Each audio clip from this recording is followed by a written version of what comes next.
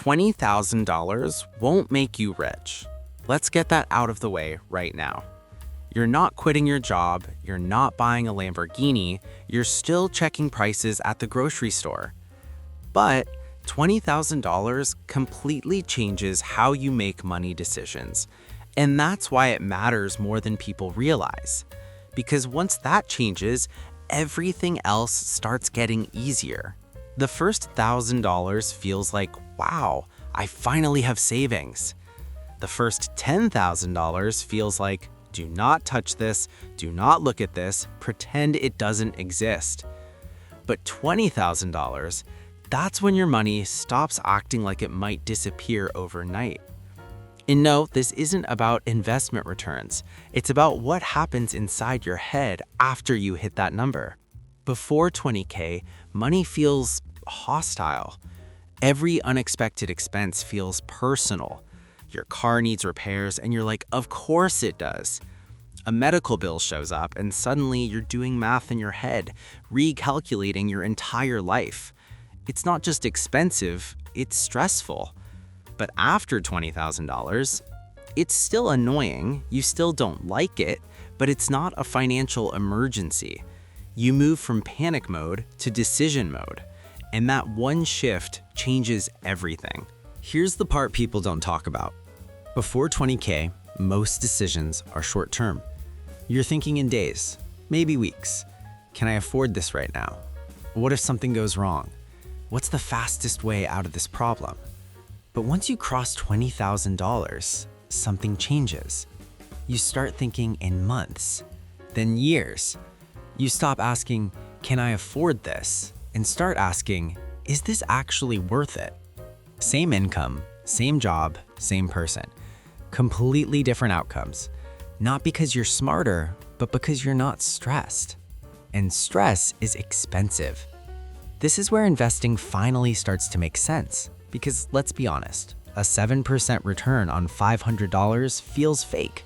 You don't feel anything. But a 7% return on $20,000? That's about $1,400 a year. No extra hours, no overtime, no second job. Just money doing its thing. Is $1,400 life-changing? No, but it proves something important. It proves that money can grow without you working more hours. And once people see that, their behavior changes. They stop chasing hype, they stop looking for shortcuts, they start playing the long game. That's when wealth actually starts building. But here's the part nobody warns you about. This is where most people mess it up. They hit $20,000 and think, I made it. So the lifestyle upgrades start. Nicer car, bigger apartment, more subscriptions than they remember signing up for. And slowly, quietly, that $20,000 disappears. Not because of one bad decision, but a bunch of small ones. 20K isn't I made it money, it's don't mess this up money. Here's what $20,000 really buys you.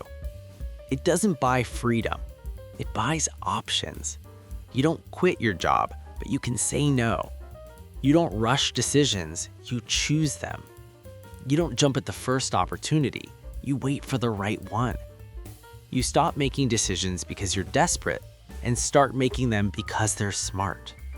Basically, you stop making money decisions while emotionally compromised. And that alone is worth more than the returns. So how do you actually use $20,000 correctly?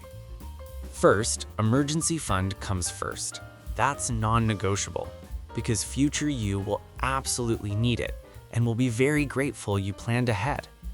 Second, automate investing because motivation is unreliable. Automation isn't. If you rely on willpower, you'll mess it up eventually. Third, grow your income faster than your lifestyle. That's the real cheat code. Not upgrades, not flashy purchases, just patience and consistency. It's boring, but boring works. If you're not at $20,000 yet, relax.